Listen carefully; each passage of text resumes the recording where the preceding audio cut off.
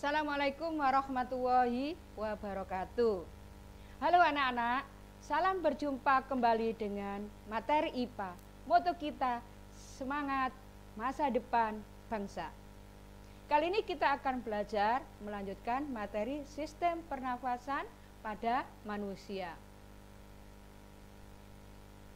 Sering kita jumpai anak ataupun orang dewasa mengalami sesak napas, batuk, pilek. Kenapa ya? Apakah penyebabnya? Nah, oleh karena itu, hari ini kita akan belajar tentang gangguan pada sistem pernapasan manusia dan upaya untuk mencegah atau menanggulangi. Macam-macam gangguan pernapasan dan pencegahannya. Yang pertama, asma.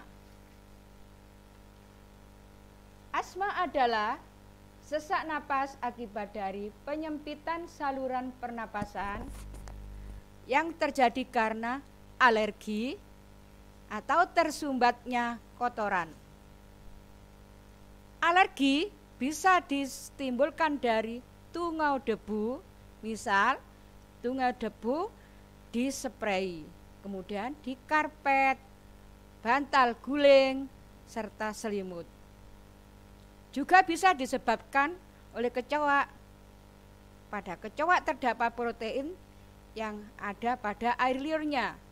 Nah, air liur inilah yang bisa menyebabkan alergi pada seseorang. Padahal kita sering menjumpai kecoak yang berjalan-jalan di dapur, kemudian di kamar mandi, kemudian hinggap di makanan. Hal ini yang bisa menyebabkan seseorang itu bisa menderita asma. Kalaupun makanan itu yang dihinggapi tidak ditutupi.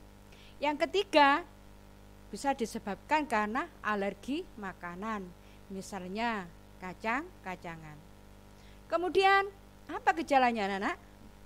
Yang pertama itu adalah penderita mengalami batuk, kemudian mengih, bunyi ngik-ngik pada saat bernafas. Bagaimana pencegahannya?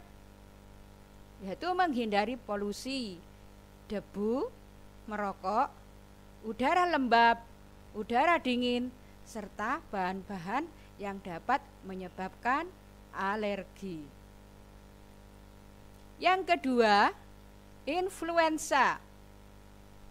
Influenza ini disebut juga dengan flu atau pilek.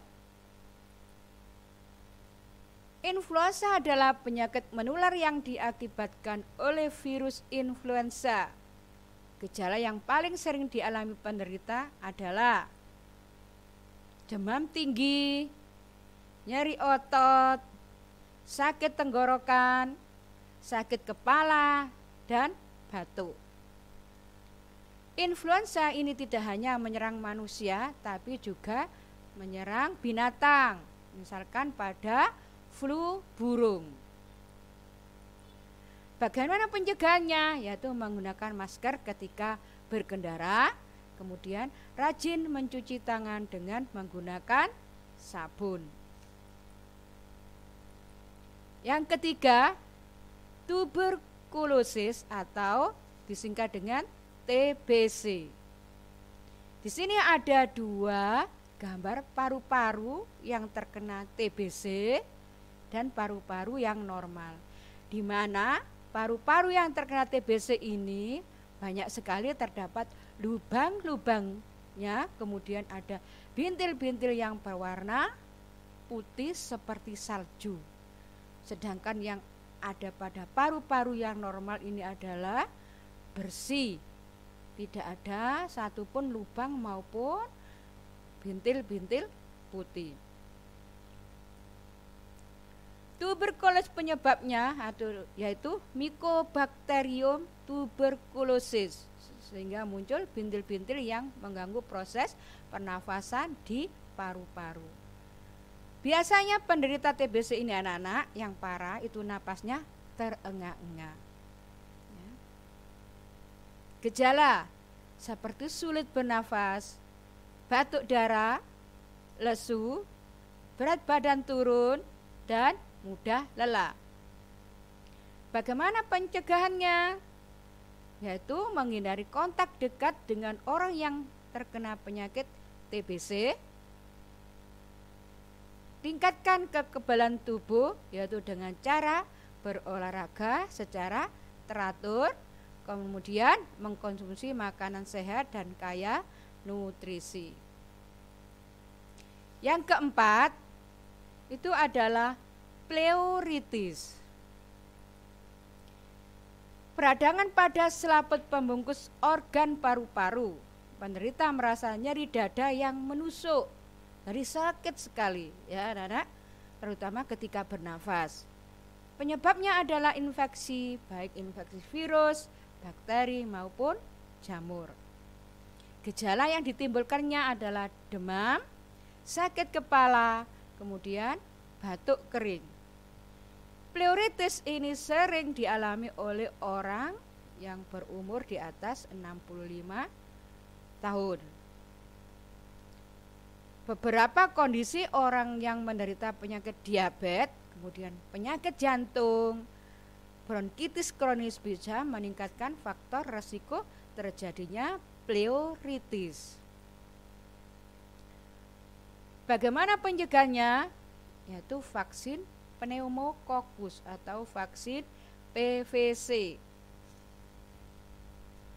Yang kelima, sinusitis. Sinusitis adalah peradangan pada bagian sinus atau bagian rongga atau hidung disebabkan oleh bakteri, virus, alergi atau gangguan sistem imun. Sinusitis ini adalah pembengkakan pada dinding dalam hidung, itu disebabkan oleh virus yang dapat menghasilkan lendir yang banyak sekali, sehingga terjadi penumpukan atau penyumbatan pada saluran hidung. Ya, kalau yang sudah parah anak-anak ya, orang yang menderita penyakit sinusitis ini sudah nafasnya itu sulit sekali ya. Jalan satu-satunya yaitu harus dioperasi. Gejala nyeri ketika menunduk, hidung atau belakang tenggorokan mengeluarkan cairan kental kuning kehijauan, bau napas tidak sedap. Bagaimana pencegahannya? Rajin cuci tangan, kemudian hindari atau kelola stres dengan baik, konsumsi makanan bergizi. 6. Amandel. 2 kelenjar kecil yang terdapat di dalam tenggorokan yang disebabkan oleh virus, namun tak menutup kemungkinan bisa disebabkan oleh bakteri. Gejala sulit menelan, sakit tenggorokan. Bagaimana pencegahannya? Yaitu menjaga kebersihan mulut dengan menggosok gigi, rajin minum air putih, dan menerapkan pola makan sehat. Anak-anak perlu kalian ketahui, amandel ini kebanyakan itu menyerang pada anak-anak, tapi tidak kemungkinan besar orang dewasa juga akan menderita. Umumnya semua orang itu punya amandel, namun ya, orang yang menderita amandel itu adalah amandelnya itu tumbuh. Tetapi pada orang tidak menderita amandel, amandelnya tidak tumbuh, jadi tetap kecil. Ya. Amandel ini bisa membesar. Ini kalau kita sering memakan makanan yang bersifat pedas, kemudian minum minuman es, jadi semakin menyebabkan amandel itu semakin membesar dan merah. Ya. Amandel ini bisa menyebabkan pernafasan kita itu sulit, jadi menutup jalannya atau saluran pernafasan. Bagaimana pengobatannya? Biasanya kalau pada orang yang tidak berani melakukan operasi itu dengan jalan minum atau berobat ke alternatif dengan cara minum minuman herbal. Kemudian kalau sudah parah, bagi yang sudah berani itu bisa dilakukan operasi pengangkatan. 7. Kanker paru-paru. Kanker yang sering dialami oleh orang yang memiliki kebiasaan merokok, namun juga bisa terjadi pada orang yang bukan perokok atau orang yang sering terpapar zat kimia di lingkungan kerja atau perokok pasif. Perokok pasif ini anak-anak yang berbahaya, padahal dia tidak pernah merokok, namun dia menderita penyakit kanker paru-paru akibat dari dia sering duduk berdampingan dengan orang yang merokok. Asap dari orang merokok ini akan dihisap oleh orang tersebut. Gejala batuk kronis dan batuk darah, penurunan berat badan drastis, nyeri dada dan tulang, kemudian sesak napas. Bagaimana pencegahannya? Yaitu jangan merokok atau berhenti merokok. Kemudian gunakan alat pelindung diri di tempat kerja yang banyak paparan bahan kimia berbahaya. Kemudian lakukan olahraga secara teratur. 8. COVID-19 atau Corona. Yang selama ini yang lagi marak-maraknya tidak hanya orang Indonesia yang terkena atau terpapar COVID-19, tapi sedunia.